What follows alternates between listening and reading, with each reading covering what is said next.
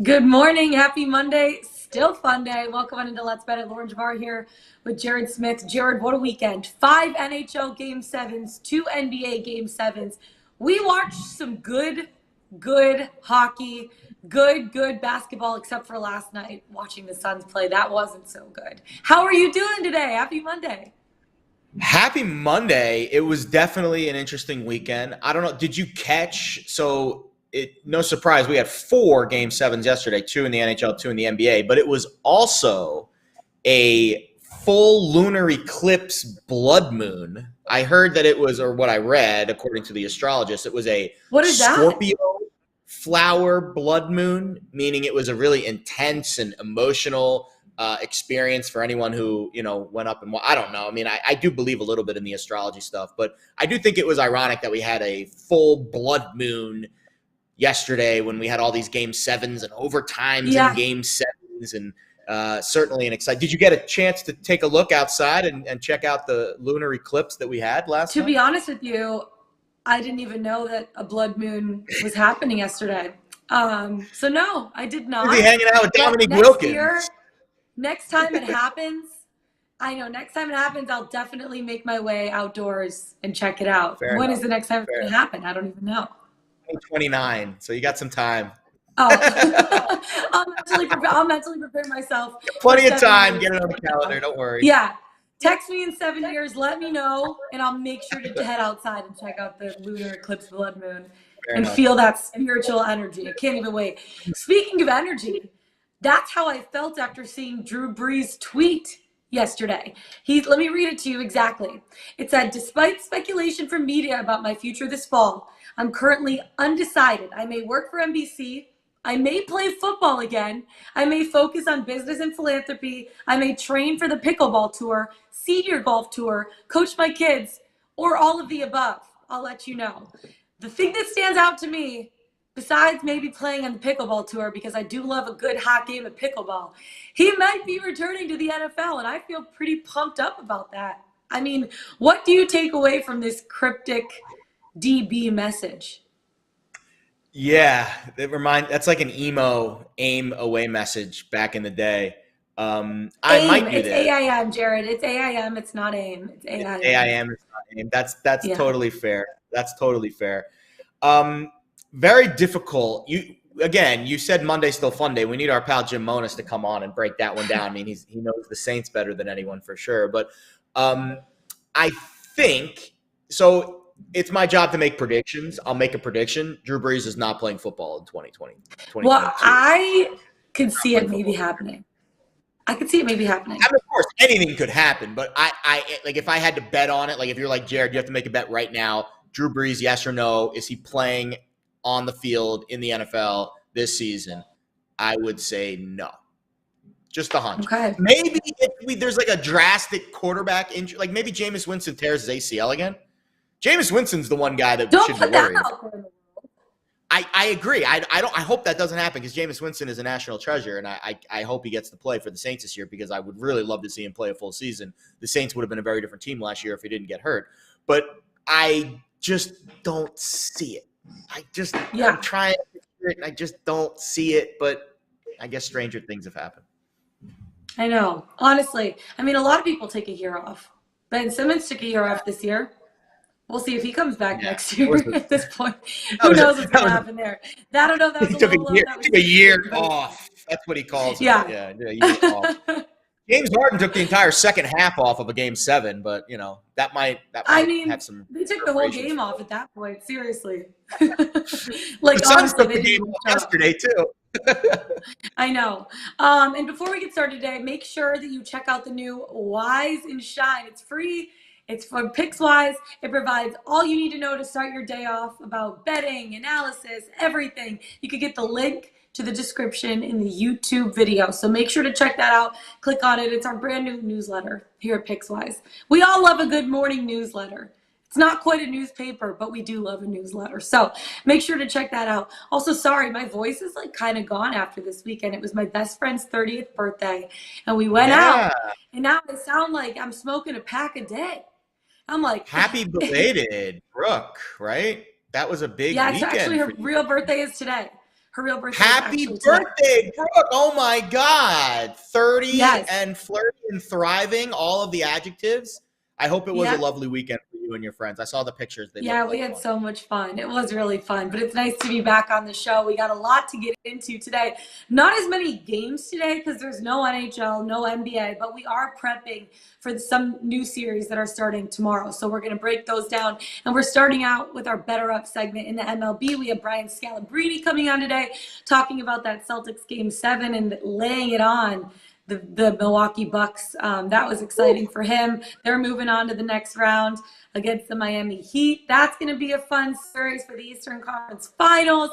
We're breaking it all down today. So without further ado, my friends, let's get into it. Let's bet it. We always start out with our YRFIs and NRFIs. Yes runs first inning, no runs first inning. So yesterday, the NRFIs went 9-6. They're now 259 and 259 on the season. A perfect 500. Baltimore has had 6 straight NRFIs.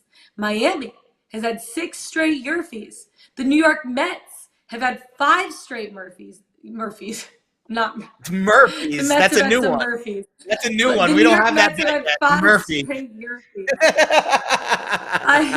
We're not going with that. They've had 5 straight Murphys. We've scored in all 5. Some crazy things happening with these NRFIs and YRFIs, Jared. What have you been seeing from them? Isn't that wild? We're over 500 games into the season now. Over, it's a 2,400, I think 2,432, I think is what the total game played in a Major League Baseball season. And we're over 500 games in, and we are right on the number, 259 and 259. You cannot make that up. I mean, these are literal coin flip bets. Lauren mentioned the streak. I think we're going to start to put those in the daily segment. Who's streaking in the YRFI and the NRFI? Yeah, because again, YRFI streaking. Because you get these runs, a top half or a bottom half of a lineup, or in this case, the top 3 hitters in the lineup, they get in a nice little groove, and you could see where the Mets one is really the most intriguing one, because they faced some really good pitchers over there. Robbie Ray yesterday, some good pitchers on that Seattle and that San Francisco lineup or the rotation over the last week that they faced. Tonight they face St. Louis and Miles Michaelis, so a tougher go there. But it's kind of funny, the 2 Chicago teams, there's only 2 teams in baseball that have a 60% or higher YRFI rate this season. Both of them are the Cubs and the White Sox, the 2 Chicago teams. 20 and 13 of the YRFI this year. So again, we'll continue to approach this the way that we have. We'll take our plus money strategy and we'll try to apply it again tonight. Speaking of, who do you have using your plus money strategy, Jared, for yes runs first inning and no runs first inning? So tonight we are heading west, young friend. Both games. I'm going west for a game too. Really? Oh yeah, that's right. You're going out west too. We're all in the West Coast time zones tonight. Actually, the first one's technically in the Central time zone, but it's 2 American League West teams, LA and Texas. Noah Syndergaard against John Gray. That's your pitching matchup here. Syndergaard's actually been pretty good in the first inning this year. 4 to the NRFI, 2-0 on the road, and he's got a decent ERA at 2.45, but his expected ERA is 3.62. So he's getting a little lucky with some of the runs that he's allowed this season. But when I look at his analytics, he's got the lowest strikeout percentage and the highest hard hit percentage of his career. So Syndergaard is working his way back from that Tommy John. Just, his numbers are okay. But if you dig a little bit deeper on the surface, they look better than they actually are. And again, these are 2 teams that are in decent YRFI streaks right now with their lineups. Texas, 3-3 over their last 6 games. They've scored in all 3 of those YRFIs. The Angels, 3 consecutive YRFIs. They've scored twice, conceded once. So these are teams that are on pretty decent YRFI streaks right now. Speaking of, I'll also give you Twins A's. This one is on the West Coast, out in Oakland tonight. It's Chris Archer against Zach Loeb. Archer, again, kind of like Syndergaard, good to the NRFI, 5-1 this season, 3-0 on the road. But let's take a look deeper at his numbers. 4.43 ERA. Let's do it. 4.43 ERA, not bad, but his expected ERA, what the analytics are telling us, 5.62. So just not a guy that he's dodging some bullets, I guess, with his ERA this season. Zach Logue, very small sample size. He's actually making his first home start of the season. He is 2-0 to the NRFI this season.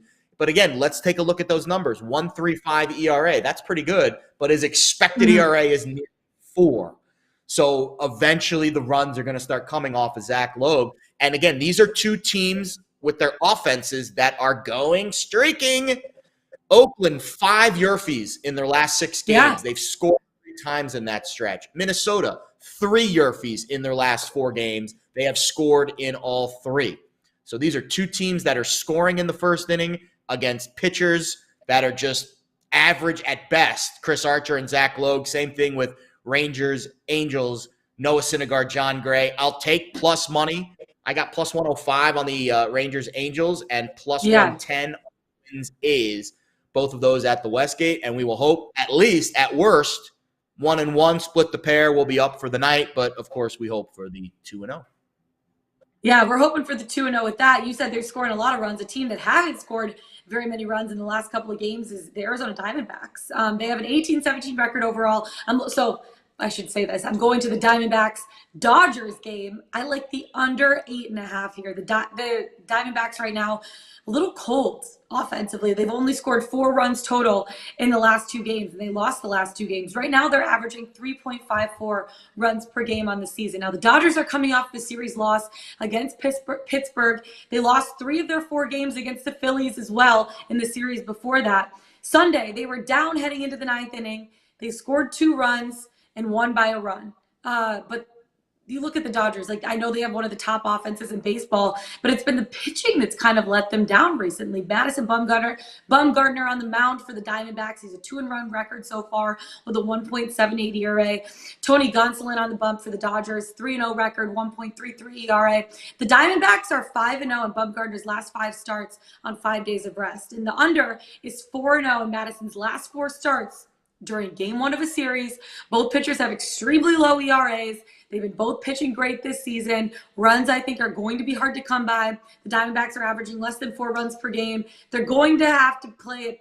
I think they're going to have a tough time against Gonsolin in this spot. So I like the under 8.5 because the Diamondbacks offense has been kind of cold. I know Dodgers offense has been great, but both of these pitchers have been solid so far in the season. So I like the under 8.5 for the Diamondbacks-Dodgers game. You're also on a strike prop, aren't you? I am. I have 2 of them. We'll save one for play of the day. I'll give you one now. Just to button up the actually, and I'm glad that this question comes on the heels of you giving out a total, because we had a question in the chat here from Biggie J27. Thank you for this question. This is actually a good question. J. Said, hey, Biggie J. Hey, Jared, any relationship with NRFIs and totals? Example, low total, NRFI, vice versa. This is a very good question because I actually believe that it is an inverse relationship, meaning I am more inclined to bet a YRFI in a lower total game because lower total games tend to be good pitchers or bad lineups, but for the most part, pitchers. And something I've learned, and this is kind of an age-old cliche, if you don't get them early, you don't get them when it comes to like ace pitchers. So pitchers with really good stuff tend to need a little, lathering up. And the first inning can be kind of iffy sometimes, especially with control. If they have, 95, 100-mile-an-hour fastball, take some time to control that extreme stuff. So I actually believe it's an inverse relationship, meaning I am more inclined to bet a yes run first inning in a very low total game. First of all, you're going to get plus money there probably, but also there is a cliche, there is an age-old adage in baseball that you can get these ace pitchers early. So keep that in mind when you have a low total game, 7.5. Don't be shy about betting the YRFI if the numbers for that starting pitcher are a little bit iffy in the first inning. That being said, I will give you Garrett Whitlock under 5.5 strikeouts here at minus 122 over at FanDuel. He's projected for 4.1. He is facing the Astros tonight. This game is at Fenway Park. Whitlock, probably of the 2 strikeout props today, this is definitely my least favorite. That's why it's not the play of the day. The reason why is because Whitlock is very volatile, which makes it very hard to bet on. But I'm hoping that the volatility will lean towards the downside tonight. He hasn't lasted longer than 5 innings in any of his starts this year. He's coming off a 5 strikeout, 4 walk performance against the Braves. And that just kind of shows you where his volatility is. And the reason that I like his strikeout under tonight is because of his opponent, the Astros, who are a very low strikeout team at 21.6% overall this season. That drops to 18.8% if you narrow the sample size to the last 7 days. And they have really good numbers hitting the slider this season, which is Whitlock's put-away pitch. So I'm hoping a good Astros lineup and some volatility will keep his number under 5.5 Ks tonight. Good game, too. Astros-Red Sox, even though the Red Sox are last place in the American League East, you would think on paper Astros-Red Sox a good matchup. We'll see if Boston can't turn things around. But hopefully their offense, not their pitching tonight. We'll hope for Whitlock to stay under 5.5 Ks. Speaking of a Boston team that was able to turn things around, the Boston Celtics, after being down in the series, coming back, winning the series. They're on to the Eastern Conference Finals. Let's bring in our very own Brian Scalabrine. Talk a little NBA action here. Scal, Game 7s yesterday. WTF was that performance by the Suns, and what did you see from the Celtics being able to take down the Bucks? Now Giannis, gone.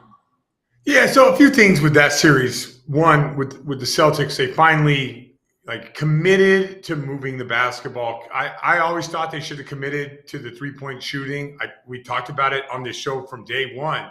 It doesn't mean the players are going to do it, but moving the ball and letting the threes fly. I wanted to play heavy assist numbers, heavy 3 numbers throughout the series because I thought the Celtics were the better team, and I assumed that they would figure this thing out and be able to say, listen, the only way we're going to win this game with Brook Lopez, Bobby Portis, and Giannis in there is to move it and shoot it. And we saw that the other night. Like the Grant Williams, after the 2 horrendous games that he played in 5 and 6, finally the superstars of the Celtics slap some sense into him, say, shoot it every time you're open. We need that to happen because the Bucks will just clog the lane until you do. So like what I saw there, the Suns Mavs, I told you guys before that the Mavs role players had to hit threes. Dinwiddie delivered early, but even I could not have predicted what we saw from the Suns. They looked like a JV team out there, like a G League team trying to play in the playoffs. Give credit to the Mavs and winning that series. And Luka Doncic is knocking on the door to not just being a great player, just an all-time great, but big series for him in moving forward against the Warriors. Yeah, and I guess we'll start with Boston and Miami because, I guess we'll go in chronological order with, the East West Coast. But I think when you look at Miami at plus 145 to win the series, considering their specialty is defending the arc, is it fair to say that Boston is going to have a much, much more difficult test in this series getting those open looks? They didn't make a whole lot of them early in the series against Milwaukee. They made a lot of them yesterday. Is it fair to say that they're going to have more difficulty just getting open looks in this series against a very stout Miami defense? 100% for many reasons, right? Eric Spoelstra is an innovative coach. He's going to figure out how to beat you. The Miami Heat have defensive versatility. The Bucks do not. This game would have been the Bucks series would have been different if Middleton was playing. It probably would have been a little bit more open. Both teams probably would have went small. But with the Miami Heat, they can go small with Bam Adebayo at the 5, and it doesn't hurt them. So I'm actually looking at the unders, at least in game 1. I don't like betting series until I go and see them. I just feel like the under is going to play in this one. I think both teams are going to try to figure each other out. What has worked in the past, like what worked for Miami against Atlanta and Philly will not work against Boston, and vice versa. What it worked against the Nets, which was everything, and against the Bucks might not work against the Miami Heat. So I think there will be a figuring out period, and I'm gonna actually enjoy that figuring out period as well. I'm gonna take the under, and I guess I like the Celtics in this because sometimes the short turnaround can be a beneficial. Like having that rust. Ultimately, rest is better long term, but maybe maybe Boston steals game 1 in Miami from the quick turnaround and carry a little bit of momentum. But I do think as this series unfolds, like the Miami Heat, the rest, the physicality of them and what they had to go through versus what the Celtics had to go through could be an advantage for the Heat. You talked about running small ball lineups, two teams that like to run small ball lineups too, the Mavs and the Warriors. Do you see either team in this Western Conference Finals having an advantage over the other team when you look at this matchup? Yeah, I think the Warriors have an advantage from the standpoint of so the Mavs team is good defensively. They do a really good job individually guarding isolation. And if they run a pick and roll, they can contain the ball and do that and rotate out. They do a great job with that. But I will say, like, the Warriors are a different animal. Why I continue to pick the Warriors throughout is because what they do offensively is hard to guard. It really is. Like, you give me Kevin Durant on a wing to guard him, isolation. Don't make me have to chase Steph Curry around screens all day. So you would think, like, dude, like Durant's better than Curry. I'd rather take Kevin Durant. I'd rather go guard Steph Curry. But guys that move around, it's you got to think differently. I think the movement of the Warriors, especially early on. Now, I believe in the Mavs coaching staff. I think they'll figure it out as they go. But movement is tough for every player in the NBA to guard. And movement is really tough for the way that the Mavericks are built right now. So I do look for the Warriors to have an advantage early. And then I just have to watch, like, do the Warriors have the players to guard Luka? Is Luka's isolation going to be a problem? One thing the Warriors do defensively, they scramble. I would think the Celtics, the Warriors, and the Heat, in my opinion, scramble better than any teams in the NBA. The league is changing defensively and offensively, and I think, like, you're starting to see the results of these winning teams are because they've adapted to the style of play. So I'm liking right now the Golden State Warriors. I'd like to see the series, but I do think the Warriors are going to win game 1 because the Mavs are going to be a little bit shell-shocked by all the movement that the Warriors play with. It's funny because that goes against kind of your theory of the rest versus rust. Golden State's been sitting around for a few days. Dallas just came off that big win. Now, to be fair, this game's not being played until Wednesday, which means Dallas gets today off. They get tomorrow off. So maybe a little bit of that adrenaline, that marine layer that they've been kind of energizing themselves over the last 24 hours. I'm sure they didn't sleep much last night. Maybe that wears off by the time we get to Wednesday night. I'm curious big picture because now we have 4 teams left and they're priced, I would say, pretty fairly, with Golden State as the favorite plus 125 on FanDuel, Boston the second favorite plus 210. Then you've got your relative long shots, Miami plus 420, and then Dallas as the caboose there at 7-1. I'll be honest, if I had to pick one of these teams today to win it all, I would pick Boston. Am I crazy for saying Boston, complete total team picture, offense, defense, special teams, coaching, moxie, pedigree? Are they the best team left in this field of 4? I think that they have a good – there's good – like, I know what you're saying. If all things were equal, if everyone was plus 100, you would probably pick the Warriors, or would you still pick Boston? If everyone was plus 100, I would probably take the Warriors. Yeah. So you're looking at you're looking at the value of the Celtics, right? Yeah, I think they're the best overall team, but they're not priced that way. Is kind of where I'm going. Yeah, I see what you're saying with that. Here's the difference. I think the Warriors are going to have an easier time with Dallas than Boston's going to have with Miami. Like, to me, that Miami series is not priced right. The series is not priced right. Like, if Boston had home court, I would expect the series price to be priced the way it is. But the fact that Miami has home court, I think you have to look at it a little bit differently. Eric Spoelstra scares – I mean, like, he is – You can say shit or crap. It's a 21 and older show. Go ahead. Fire away. There's a crap out of me because he knows exactly how to get it. If you have a weakness, he's exploiting that weakness. And – if you look at the Philadelphia series, he knew exactly how to guard that team. And even though it didn't work in 3 and 4, he never wavered from it. So my point is with Spoelstra, he's going to find what the Boston Celtics are not good at, and he's going to drive that home. And he's unwavering when it comes to that. here's what I believe we have to do to beat the Celtics. And it doesn't matter if Grant Williams shoots 18 threes and makes 7 of them. Like, whatever the game plan is, he's sticking to that game plan. And his guys are executing that game plan. And if you don't, you sit on the bench. So, like, Spoelstra is the one guy that I feel like the Miami Heat are not priced right in the series. You have home court advantage, and you have Spoelstra, and you have the guys. Like, those guys are dogs out there. So I feel like all the value is in the Miami Heat. But I do think the Warriors are the favorite to win. And I like what you're talking about with the Celtics. But this is really going to come down to 1 and 2. Celtics have to win 1 and 2. They cannot go down 0-2 without home court advantage and expect to get back into the series. Yeah, absolutely. When you look at the Mavs Golden State series, obviously you said Golden State's going to have an easier time with the Mavs than with the Miami Heat Celtics series. How do you bet game 1 here with the Golden State Warriors now being 5-point favorites in game 1? I think what I'll do is I think I'll take the Mavs and I'll see if there's an opportunity. By the way, I did this the other day, right? I took the Bucks in game 7 and then I waited till the Bucks. I sprinkled like a little bit of money on the Bucks in game 7 with the points.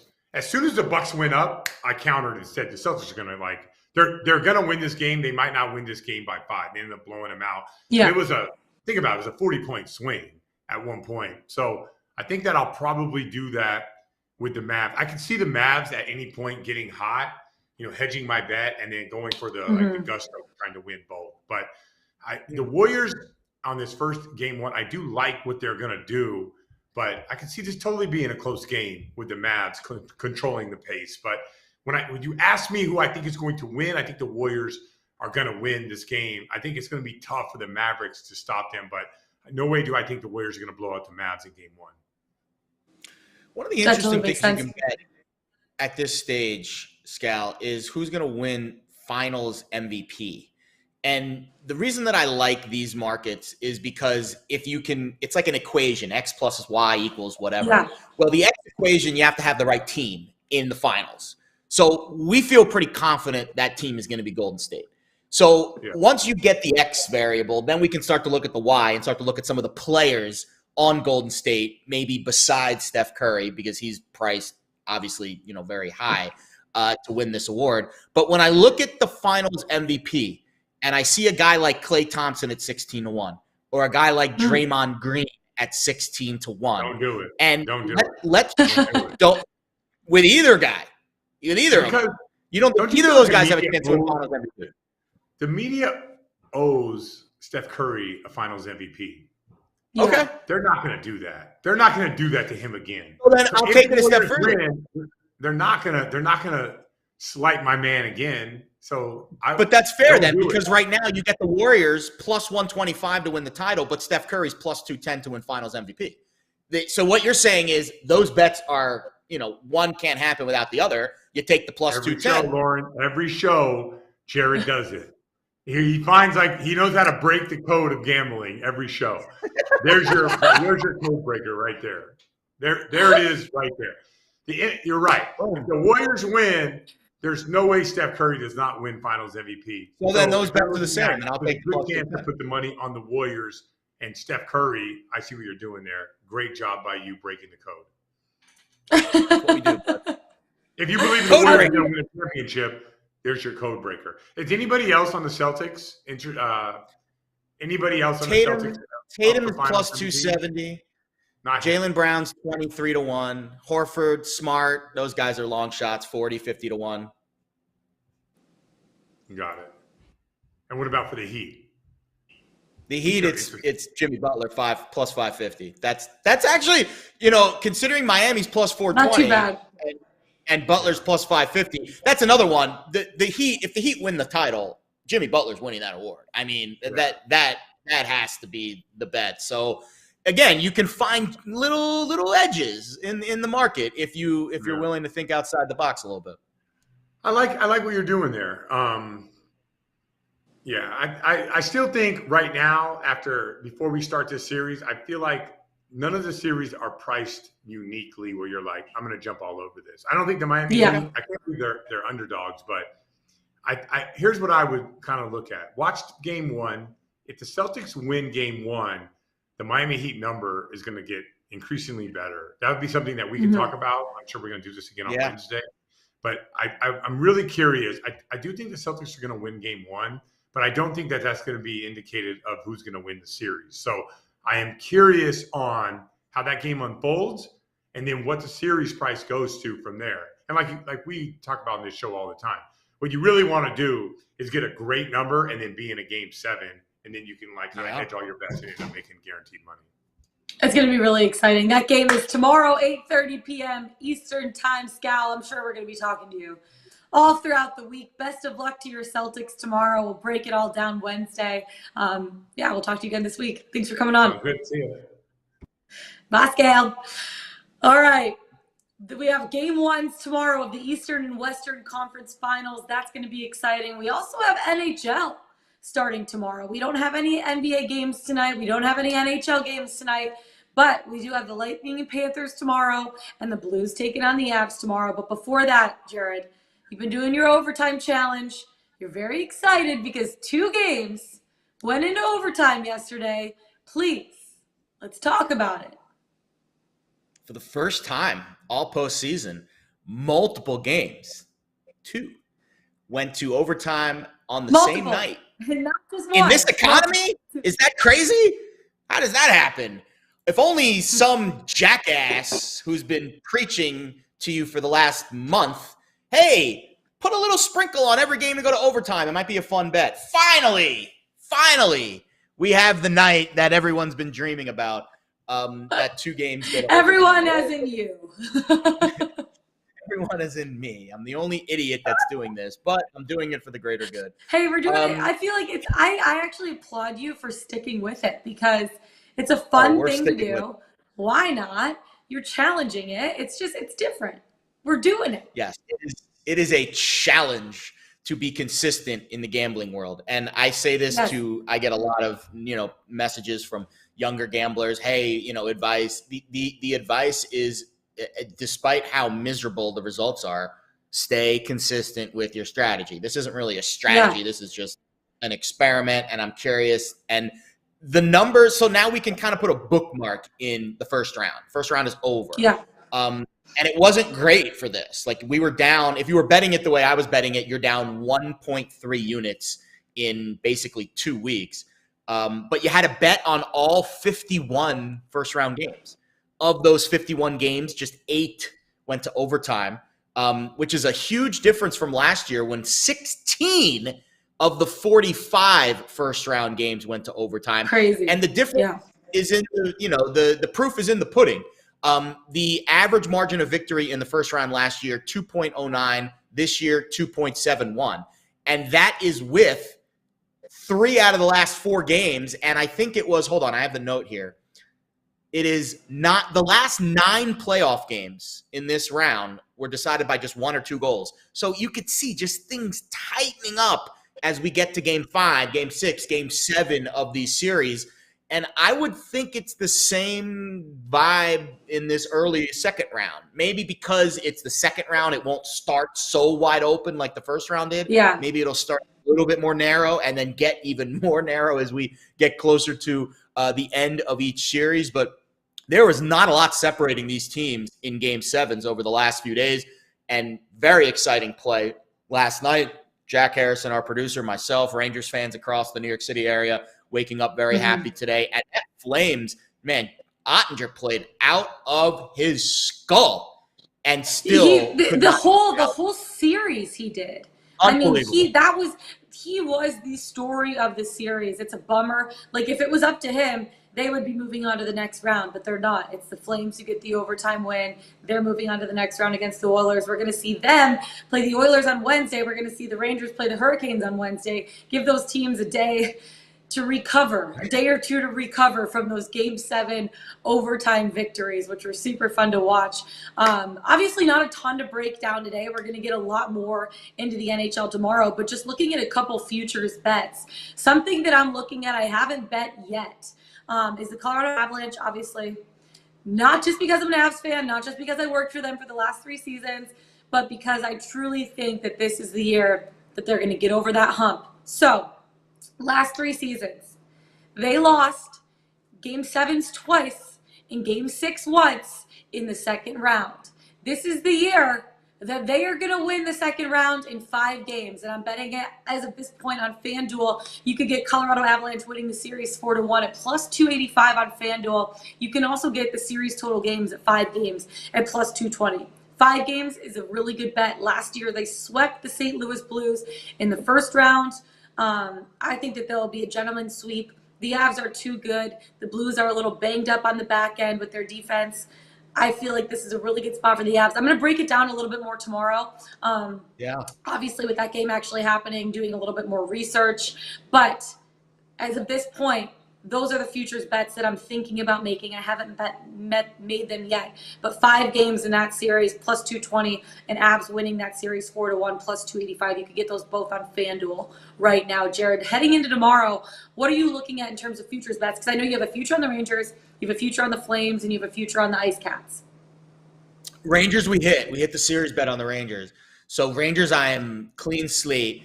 We've got a unit on the Ice Cats at plus 950.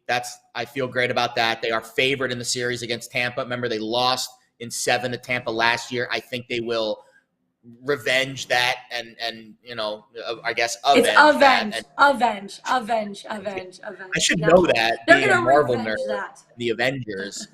The other interesting series, I think, Carolina. So I do have a half a unit on Carolina at 16-1. And then I have another half a unit on the Flames at 20-1. So aside from the Avs Blues series, I have futures action on the other 3 series indirectly with Stanley Cup futures. And I will mull over how I want to play it tonight. I've not made my mind up yet. Again, no games tonight. We have until tomorrow. So I have some time. And you don't need to rush into these things because these are important bankroll decisions that you need to make. Totally. I will add on to your Avalanche handicap. You can't bet them to win the series at minus 400. You just don't do it. It's not a great bet. No chance. You've got plenty of other options with the ads. The other one I would give you is their series handicap, which is to win the series by 3 games, meaning 4-0 or 4-1. And it basically takes your handicap of a gentleman's sweep, and it gives you a little bit more wiggle room in case it is an actual sweep. And that is plus 142 at FanDuel. So again, you're giving up a little bit of equity there with the odds. Plus 285 for them to win in 5. You get the option of them also to sweep, and you get that at plus 142. Another interesting one that we've discussed before is the Game 1 series parlay. The Avs to win Game 1 and then to win the series is minus 162. That is another safer that we would think that is going to happen. I'll be honest. I do think the Rangers are a little bit underpriced. Plus 172 for them to win that series. Now, you can make the argument Carolina's got home ice. They have been amazing on home ice this year. Take nothing away from that. But what is the recipe for stealing a game on home ice? Having a better goaltender. And I think that is what the Rangers have with Igor Shesterkin. His save percentage, if you look at his game by game in the Penn series, it went up each game. He got better as the series went on, and you would hope that whatever mind melt he was going through early in the series is over now. And I think the Rangers maybe he couldn't have gotten much worse. He couldn't have gotten much worse after being played twice in 2 straight games. You can't get much worse than that. And if you do, you don't deserve to be the Vezina Trophy favorite at that point. That's all. No, but I thought he played great in Game 7 last night. I really did. Absolutely. The Pens scored their go-ahead goal on a breakaway, a shorthanded breakaway, and then the second goal was like this crazy play with it was like a deflection, like almost at the top of the crossbar, which could have been overturned, but it stood he gave up 2 kind of fluky-ish goals yesterday. I thought he was tremendous in Game 7, and I think he's going to be good in Game 1 tomorrow night. So I would consider the Rangers plus 1.5 games at minus 130, and I think that's probably the only series bet I would consider making besides your Avalanche one, which I'll probably be I'll be betting the Avalanche in some capacity. I just haven't made up my mind how. Let's go. I will say for the Rangers, That was only the 31st time in NHL history that a team came back in the postseason from a 3-1 series deficit. 31st time in NHL history. Pretty incredible what the Rangers were able to do. I'm excited to see them carry that momentum into the next round. We're going to get into more of that tomorrow. Let's give our best bets of the day. But before we do, Jared, Pickswise.com. Who do we have for our 3-star play of the day? You know, we got a couple for you. We have one for tonight. Kyle Lupus has a pick on the Giants-Rockies game tonight. And then we have one already on the books for tomorrow. Mark Lammy is getting involved in the Lightning Panthers total. So there are two options for you, baseball or a little bit of patience with hockey, if you'd like to check out Patience Pickswise. with the puck. Puck patience. Puck patience. Better than puck Puck luck, patience right? on Pickswise.com. Say that 5 times fast. No, Yeah. I'll leave it to you, my trusted Read host. about why. We got our 3-star play of the day. Okay, our best bets of the day. I'm going to go first with mine. Then you give your strikeout prop because you've been so excited about it. I already talked a little bit about mine. It's the Diamondbacks-Dodgers game. I like the under 5.5. That's more of a hockey total. I like the under 8.5 in this spot for the Diamondbacks-Dodgers game. The Diamondbacks struggling a little bit offensively in the last couple games. They lost their last 2 games. They scored only 4 total runs in those 2 games. And right now they're averaging 3.54 runs per game. Now the Dodgers coming off of a series loss against Pittsburgh. They lost 3 of 4 against the Phillies. Their spirits are down a little bit. I know on Sunday yesterday they're riding a little momentum because they were heading into the 9th inning down. They scored 2 runs. They won by a run. And they do have one of the best offenses in the league right now. But you look at who's on the bump for both teams. Madison Bumgarner on the mound for the Diamondbacks. 1.78 ERA on the season. Tony Gonsolin on the bump for the Dodgers. 3-0 record, 1.33 ERA. You look at the Diamondbacks. They're 5-0 in Bumgarner's last 5 starts on 5 days of rest. And the under is hitting 4-0. The under has gone 4-0 in Madison's last 4 starts during game 1 of a series. Now, both pitchers have extremely low ERAs. They've both been pitching great this season. Runs are going to be extremely hard to come by here because of how great both of those pitchers have been this season. And the Diamondbacks are averaging less than 4 runs per game. They're going to have a tough time scoring against Gonsolin. I like the under 8.5 on the West Coast. Diamondbacks, Dodgers. Lock it in. Strikeout prop. Who you got, Jared? The real question for you is, are you going to be awake to watch this game later? No. I'll catch up on it in the morning, but I do feel good about it. I mean, maybe So I'm working the Braves game tonight, so usually up. once I get off of work, I'm working the Braves game tonight, so usually once I get off of work, I'm a little wired, so maybe I will be up for a little bit. Who knows? I will message you because I'll be up watching my late night YRFIs, especially the Oakland game, which doesn't start till 10 o'clock. Well, you only have to wait till the first inning. I have to wait the whole That's game. True. That's the benefit of betting the YRFIs. 10, 15 minutes. You're in, you're out, you're on with your life. Bada bing, bada boom. Bada bing, bada boom. Speaking of bada boom, I think we are in for some bada booms tonight between Seattle and Toronto. And the reason being is our friend UC Kikuchi is pitching in a revenge game. So our friend Mr. Kikuchi now pitches for the Blue Jays, but he spent the first 3 years of his career pitching for Seattle. Well, guess who Seattle plays tonight? Toronto at what is it called? Rogers Center, right? That's what their stadium's called up there in everything's Toronto. Rogers Center, Rogers Arena, Rogers Place. Like they're all Rogers. Rogers owns everything up there.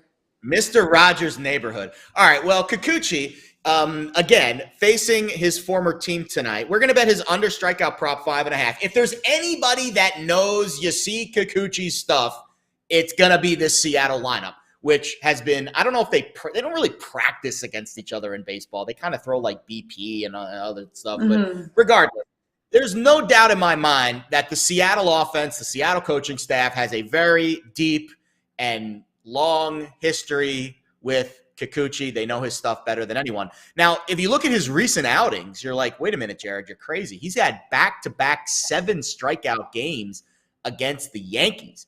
Well, I think that's a plus here because I think that actually pushed his number up from a 4.5. Remember, we bet Kikuchi's under 4.5 last week, and now it's 5.5.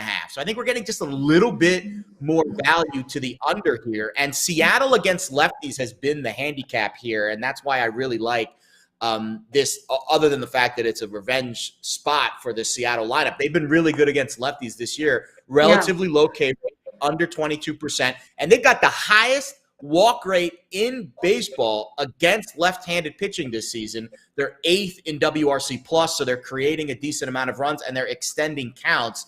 And the reason why the walk rate is important is because the one thing Kikuchi, he's been better with his strikeouts this year, but his walk rate is the highest of his career at almost 15%. And his ERA, which is 4.15 on the season, 5.69 expected ERA. So in Toronto, Seattle, good lineup against lefties. It's a hitter's ballpark at Rogers Center, and they know Kikuchi very well. I think they're going to get some runs or at least some longer counts, and I don't think Kikuchi's going to even last long enough to get to 6 strikeouts tonight. So we'll go under 5.5 Ks. We're laying 40 cents over at FanDuel. He's projected for 3.45. So if Fangraphs has any say, he should stay well under this number tonight. And we're going for our 3rd consecutive POD win. Don't look now. But once we get to 3, it's streak time, baby. Streak time, hits and runs and hits and runs and hits and runs. We are running out of time. That's it for us today, guys. Find us on the Pickswise YouTube channel. Go to pickswise.com. Follow us on Twitter. Jared Smith. I'm Lauren Javara. Best of luck tonight, you guys. We'll see you tomorrow. Let's get it. Let's bet it.